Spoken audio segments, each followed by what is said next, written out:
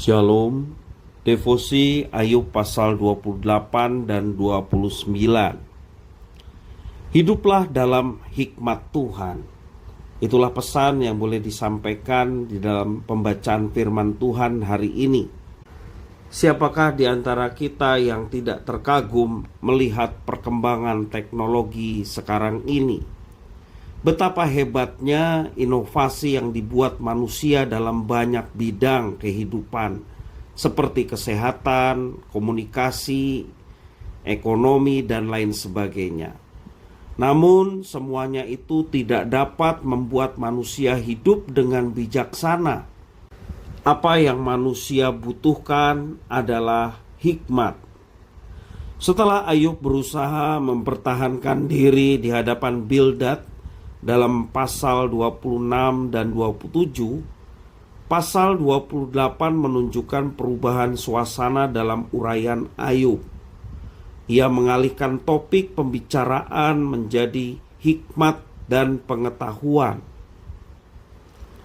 Ayub mulai menunjukkan kekagumannya atas upaya manusia untuk menemukan batu dan mineral berharga. Dalam ayat 1 sampai yang ke-8, pasal 28 menjelaskan demikian. Ia menunjukkan kehebatan manusia dalam menaklukkan bumi. Namun ia mempertanyakan apakah semua kehebatan manusia itu membuat manusia menjadi semakin berhikmat. Ayub menguraikan tentang hikmat yang hanya bersumber dari Allah. Kita bisa membacanya di ayat 13 sampai ayat yang ke-28, pasal 28 ini. Manusia dengan segala kehebatannya tetaplah manusia yang terbatas, sedangkan Tuhan Allah tidak dibatasi oleh apapun. Manusia mengambil hikmat berdasarkan pengalaman hidupnya, tetapi Tuhan Allah berkuasa untuk menetapkan dan memberi hikmat. Karena itu Ayub berkata, sesungguhnya takut akan Tuhan itulah hikmat, dan menjauhi kejahatan itulah akal budi. Pasal 28 ayat yang ke-28. Kemudian Ayub menyatakan kerinduannya di dalam pasal 29 ayat 1 sampai 25. Ayub ingin kembali dikenal seperti pada masa mudanya. Ia ingin menyatakan kepada teman-temannya tentang bagaimana ia hidup dalam hikmat dari Tuhan. Dari uraian Ayub kita dapat belajar bahwa setiap orang percaya harus hidup dalam hikmat yang berasal dari Tuhan. Kita bisa mengagumi hikmat dunia ini dan belajar darinya, tetapi kita sebagai orang percaya harus mengejar hikmat dari Tuhan agar kita dapat menjalani apa yang dapat disebut sebagai hidup benar.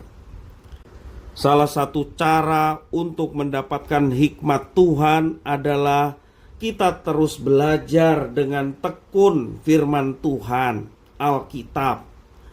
Kita bisa belajar setiap hari seperti sekarang ini, bagaimana kita mengatur, membaca firman Tuhan, serta merenungkannya. Kita bisa merenungkan lebih mendalam firman Tuhan, juga membaca buku-buku rohani sehingga memperkaya wawasan.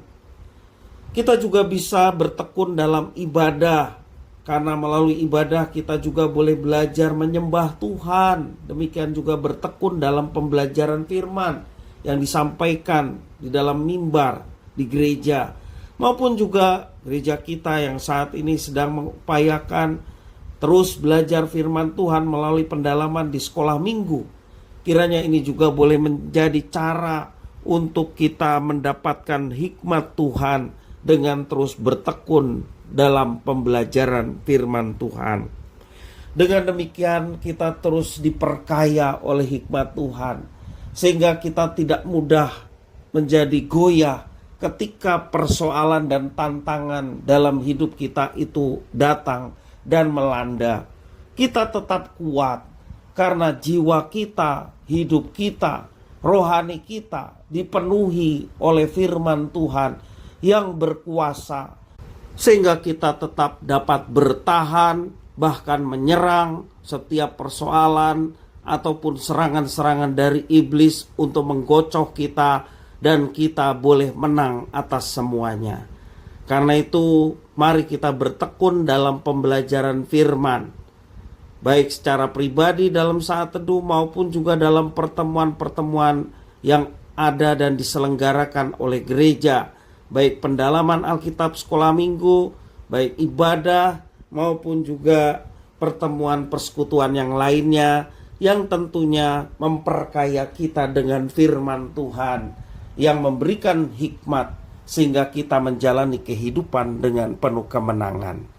Tuhan Yesus memberkati.